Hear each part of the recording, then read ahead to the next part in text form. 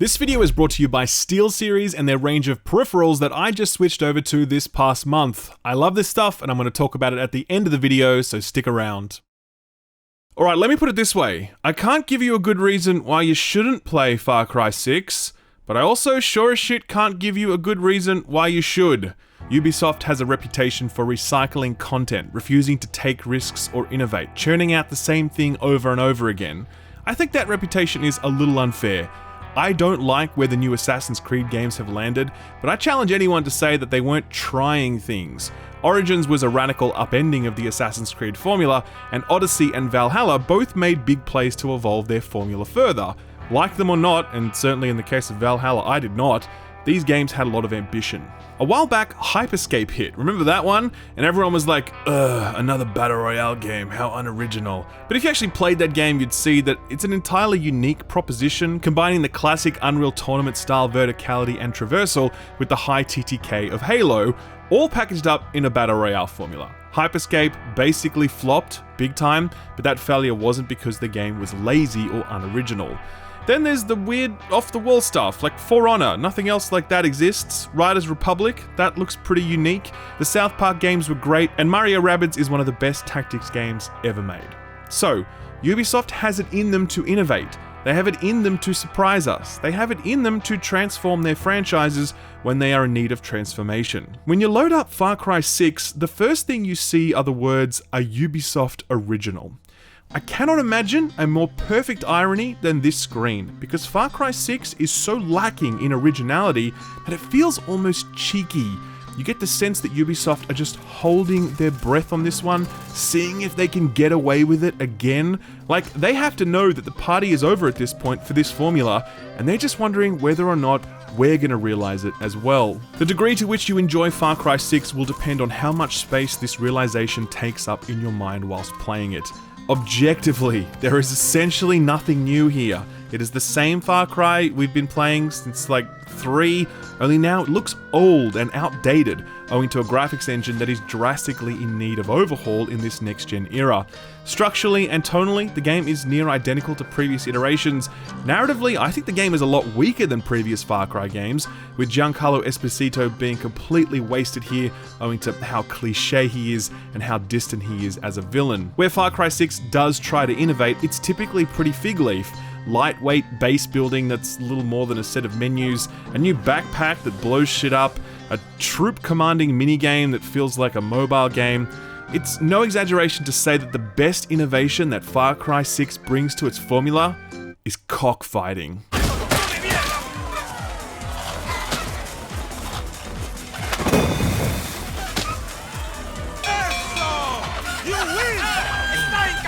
But at the core of Far Cry 6 is still Far Cry, and I know it's cool to hate Far Cry, but I don't hate Far Cry. I think it's fun.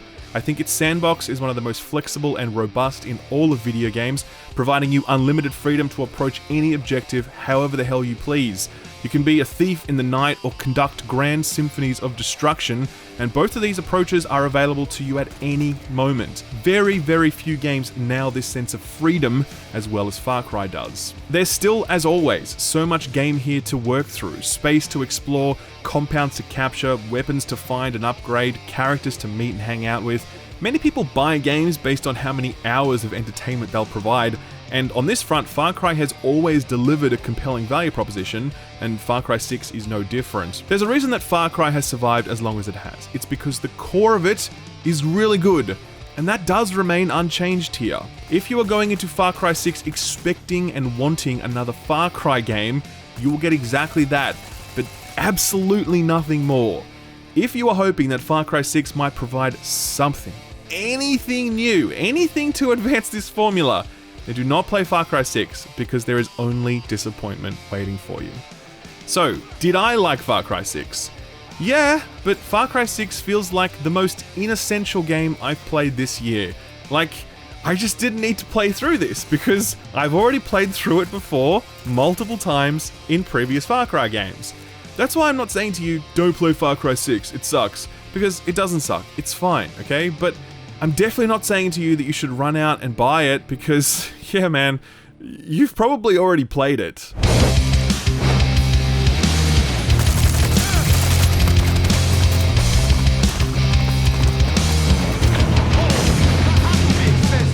regret to inform you that technically speaking, Far Cry 6 is in pretty rough shape, but it's inside the delta for what you'd expect from a big open world game like this. I tested this on an RTX 2080 Ti running at 4K max settings, where I was able to hit around 45 frames a second, which is pretty bang on for what I'd expect, given that I also had DirectX ray tracing enabled, a feature that is exclusive to PC.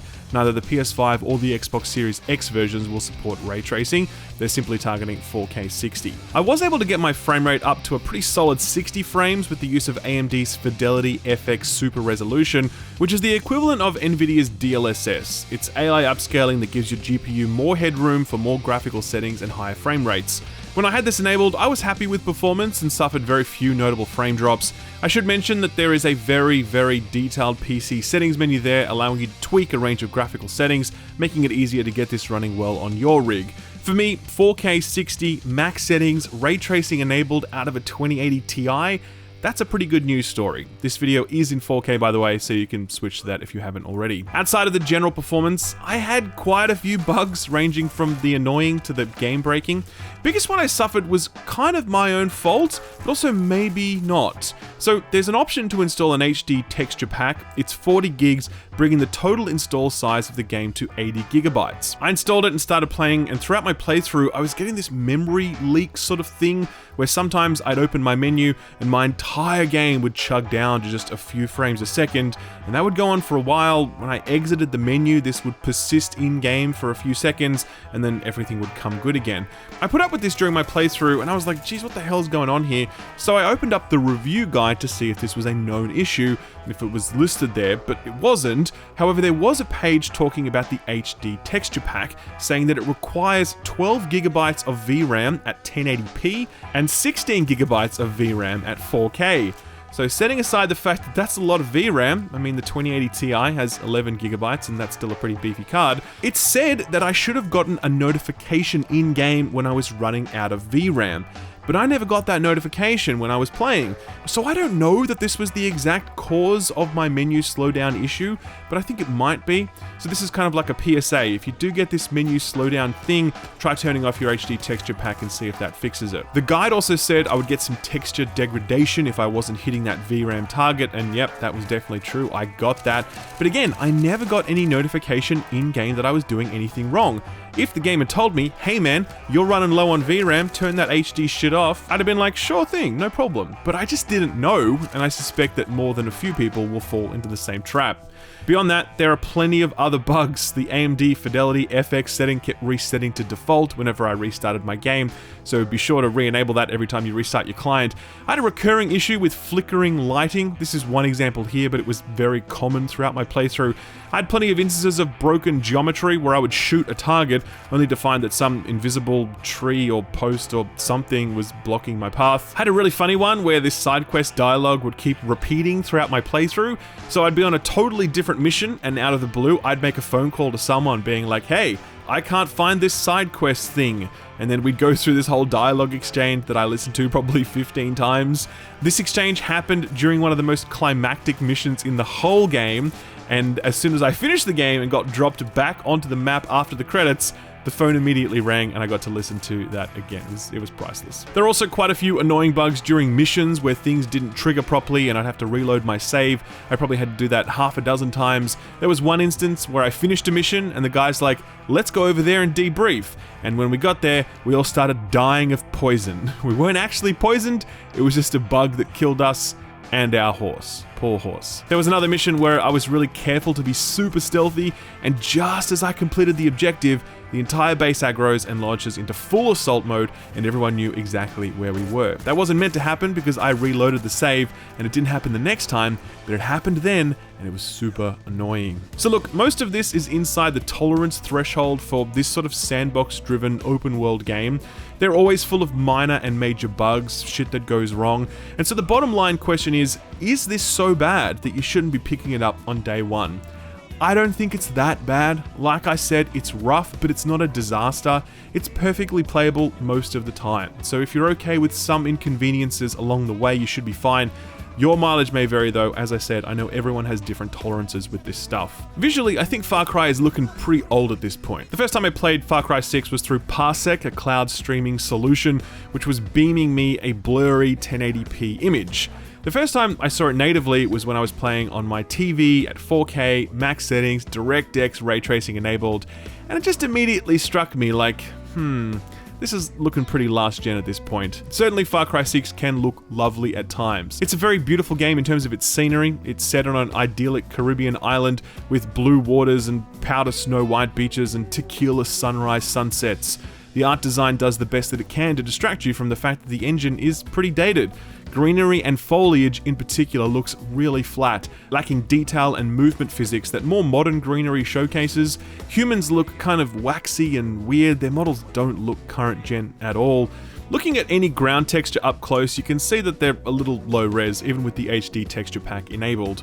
I feel like the biggest challenge here is lighting. The DirectX ray tracing is on, you can see it doing some work in some instances like this one, but generally speaking, it doesn't really make that much of an impact. If the lighting engine was able to provide more responsive volumetric lighting like God rays or fog or whatever, it would give spaces a lot more depth. Obviously, the Far Cry engine is one that prioritizes scale rather than detail. The fact that I can be gliding above this island and see it from shore to shore with all its major landmarks visible, that shows how scalable and flexible this engine is. But you can't help but shake the feeling that this engine needs a refresh to push it into the next-gen visuals category. Many people will buy Far Cry on their console wanting to see cutting-edge visuals, where what they're going to get is a nice-looking Xbox One or PS4 game with no ray tracing enabled. Regardless of which platform you're playing on, Far Cry 6 isn't going to win any awards for graphical presentation, and much like the rest of the Far Cry formula, it's probably time to give this graphics engine an update.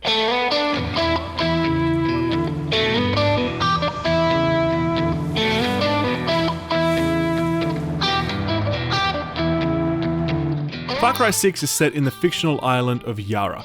Nestled away in the Caribbean, the island has long been the subject of a crippling economic blockade, frozen in time both technologically and architecturally. If this sounds like Cuba, that's because Ubisoft wants you to think it's Cuba. They just don't want to say it's Cuba in case the US Congress bans the game for being Cuban propaganda or something. I'm joking, of course, but am I? I don't know. Anyway, the point is it's Cuba. There's a fascist dictator at the top of the pyramid by the name of Castillo, ably portrayed by the legendary actor Giancarlo Esposito, whose iron grip on power is made possible by a well-trained, well-armed military and the support of American capitalists looking to cash in on Yara's resources. You play as Dani Rojas. No, not that one, we've been through this. That one. You can select either male or female, and they're fully voiced protagonists throughout the entire saga. Your friend is shot dead in the opening moments, forcing you to flee the island by boat, which of course ends up sinking, leaving you shipwrecked just off the coast of Yara to begin your training as a guerrilla fighter, or as a guerrilla, but I'm not going to say it like that since I'll sound lame, so I'm just going to say guerrilla, okay? Okay. Both male and female Dani are the same character, just with a different gender. I played as the male Dani, and he isn't quite your classic tabula rasa hero. He has a clearly carved out backstory that made him the person he is today. He's an orphan, military trained, a natural with a weapon, a born fighter.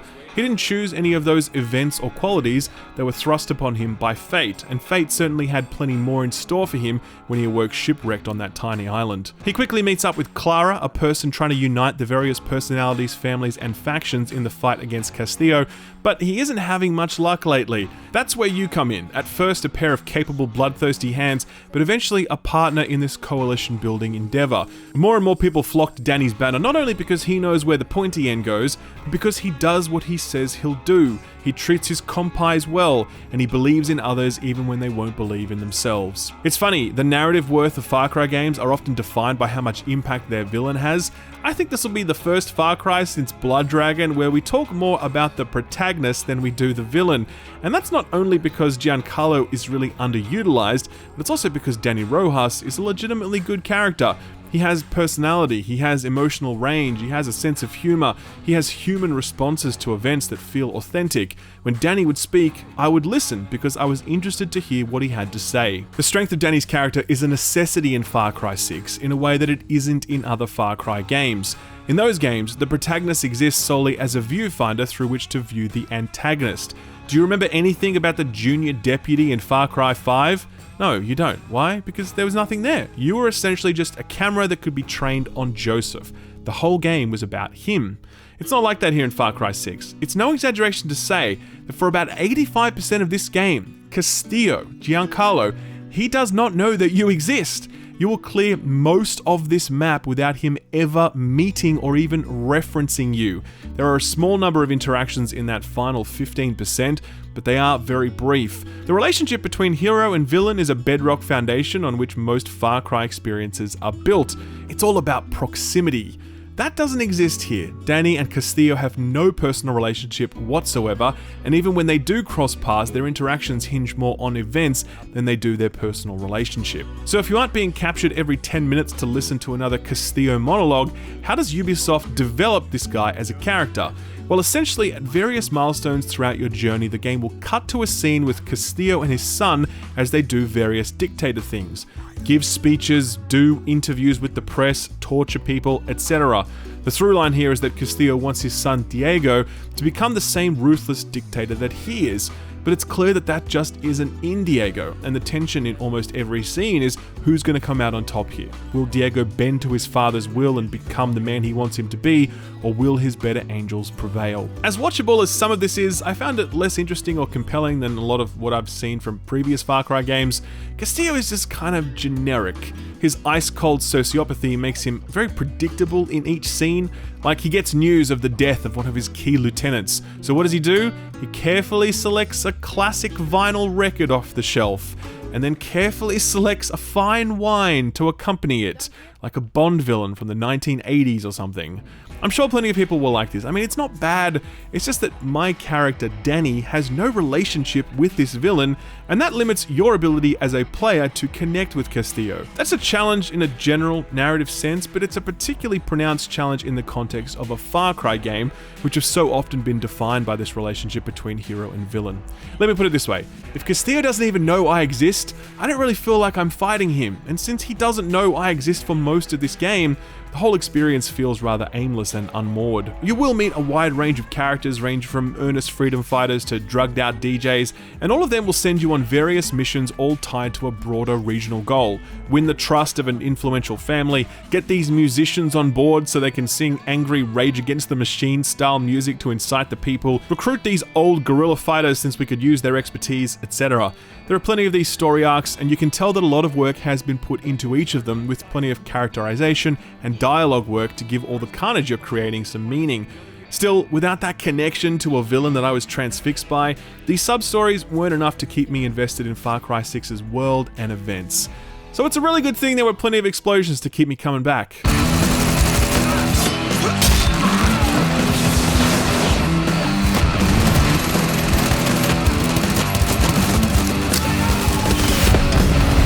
If you take one thing away from this video, let it be this. Far Cry 6 is fun. You get to roll around on a big ass map, ride in a horse, you hop off, shoot whoever you please, use your exploding backpack thing to blow stuff up, get back on your horse, and go about your day. The conversation about Far Cry 6 will hinge almost exclusively on how much this game justifies itself through what it adds to the existing formula. But for many people, Far Cry games don't need to add anything new to the formula. They just need to be more Far Cry. And as I said in my impressions, Far Cry 6 is absolutely more Far Cry. The map is divided into 3 sections, each controlled by one of Castillo's top lieutenants, and the path to them is cleared by way of bloodshed and explosions. Go here and burn down this plantation, go there and capture that base, go to this tanker and rescue these hostages, ambush this convoy, etc. Interspersed throughout all of this is a smattering of distracting and alluring side content. Supply missions where you need to cross vast distances to get there before the enemy does. Treasure hunts that ask you to dig around for keys and footholds and grapple points so you can reach the loot hidden away.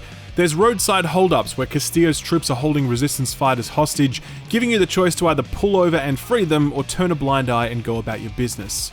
All activities are just different enough that Yarra feels like a sideshow alley full of unique attractions, but not so different that they feel disconnected from the core of Far Cry, its excellent stealth and gunplay mechanics. I think that's an important point. You know that show Westworld? Season 1, mind you, everything after that was utter trash, but that first season painted a picture of a world full of triggerable events that provide a brief fantasy, a brief dalliance.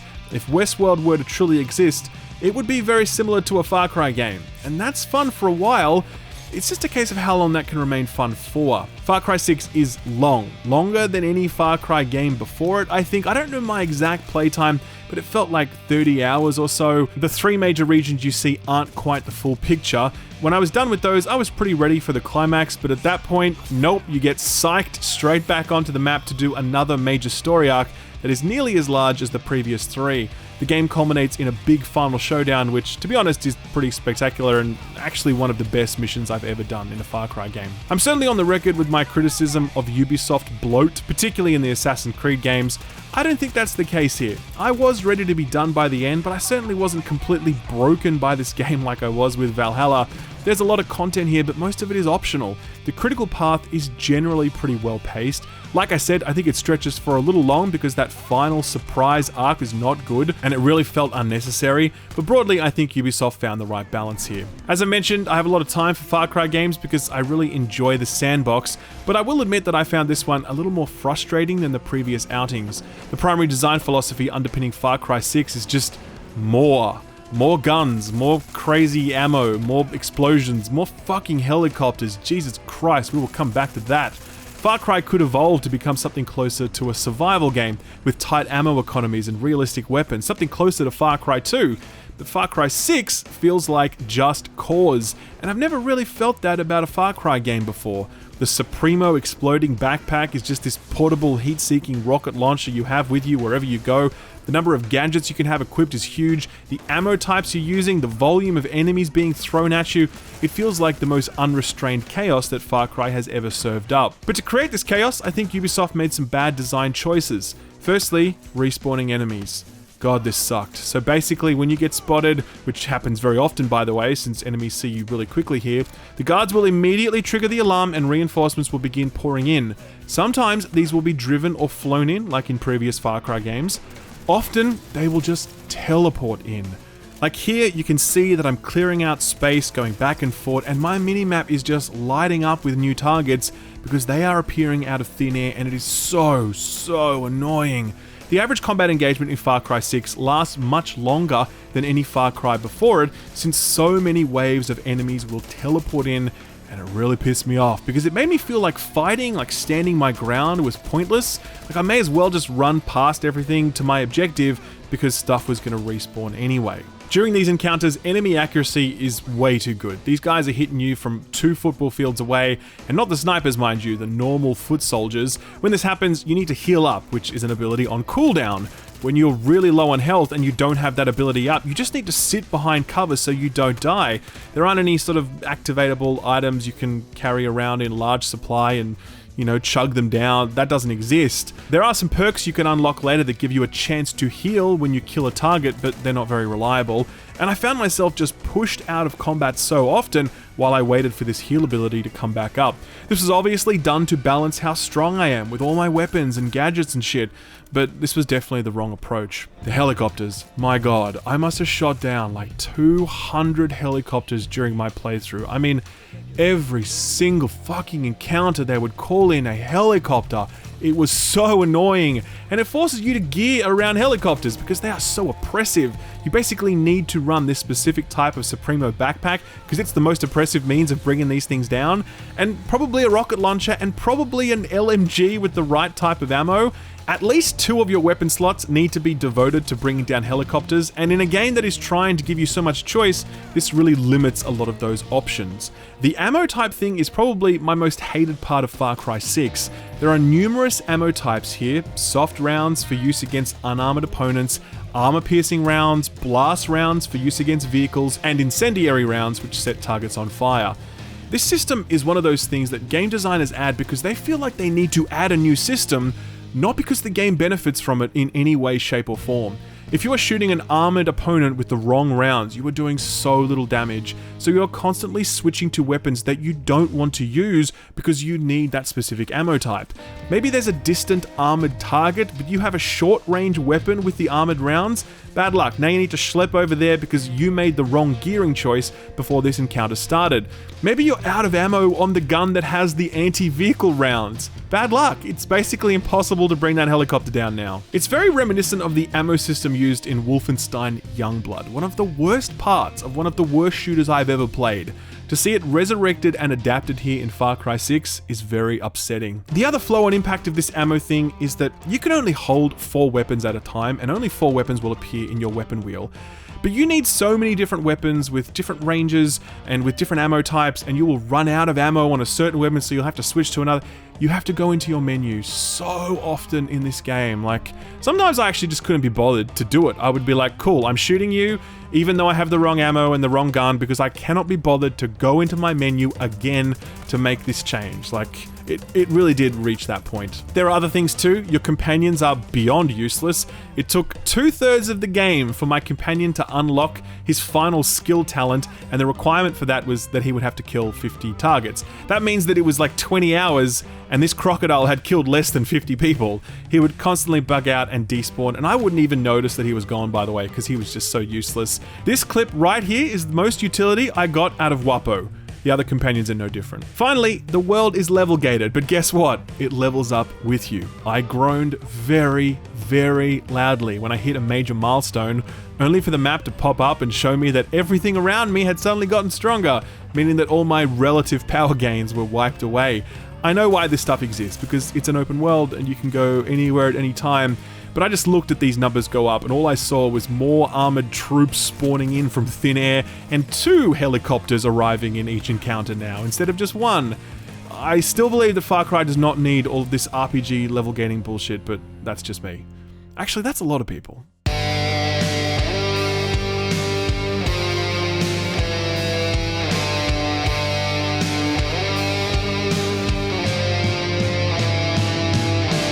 With so little in the way of new innovations to chew over, the commentariat, of which I am a part, are forced to repeatedly ask and answer the question, is this doing anything new? Is this doing enough new? Far Cry, new? Question mark?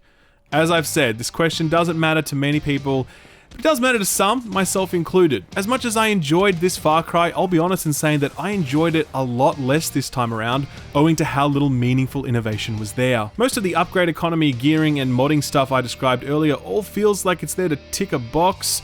There's so much gear in this game, by the way. Most of it is trash. Like a pair of shoes that gives you increased movement speed when you kill an animal. Is anyone ever going to equip those other than to just test them out? There's another pair of shoes that makes you immune to tripwire traps. I think I counted a total of like 5 tripwire traps during my entire 30-hour playthrough. But don't worry, I'm definitely going to equip those shoes to outsmart those 5 traps, absolutely. The same criticism could be leveled at the game's new non-combat gameplay systems. Base building, for example. It's just some menus where you dump some resources in and you unlock some stuff. That's it. Calling it base building conjures an image of Fallout 4 or Valheim, where you're designing and decorating these custom structures. For the record, that would be cool, and I actually think that would fit Far Cry pretty well. But this base building stuff is the most low effort implementation you could imagine when you think of the words base building. The Los Bandidos missions are another good example. Early on, you're introduced to this menu that tells you you're going to be able to recruit and command freedom fighters on decision-based missions. You'll set out with 12 banditos by your side, and you might want to sneak in or go full frontal assault or blow up a convoy or redirect it to a bridge and then blow up the bridge or whatever. Sounds cool, right? Guess what? It's just menus. It's just text-based menus that you click on some probability stuff, and if you're lucky, you get some resources out of it. And if you're not, then you don't. That's it. That's all it is. It feels very much like the stuff you do in a mobile game. Had Far Cry 6 committed to either of those systems, you could have had something cool. Imagine staged Far Cry missions where you determine success based on how you command a small band of rebels. Imagine chopping down trees and breaking rocks to collect resources for a custom designed base that you build when you enter a new region or next to your favorite fishing spot just because you like it there. I'm not saying these things should happen in Far Cry, I'm just saying that they could happen, and they would represent genuine innovation that would enlarge Far Cry in some way, in a way that no part of Far Cry 6 ever does. I got bored of Far Cry 6 by the end. Its structure was too familiar, its loop too repetitive, its progression unfulfilling, and its narrative unengaging. There was plenty of enjoyment to be had at various points in the game, but with nothing new to sink my teeth into, I was at hour 10 and I was like, well, I know exactly what the next 15 to 20 hours are going to be like, because this game has already laid its cards on the table. And the Far Cry series as a whole has well and truly laid its cards on the table since Far Cry 3. So, should you buy Far Cry 6? Sure, why not? Do you need to? Certainly not, if you have played any Far Cry before. I think a lot of people are going to reach similar conclusions this time around, and I think that's bound to catch up with Ubisoft when it comes time to build excitement for Far Cry 7. Ubisoft has it in them to innovate. They have it in them to surprise us. They have it in them to transform their franchises when they are in need of transformation. Far Cry is in need of transformation. Because I am a fan of this series, but I definitely do not have another one of these Far Cry games in me.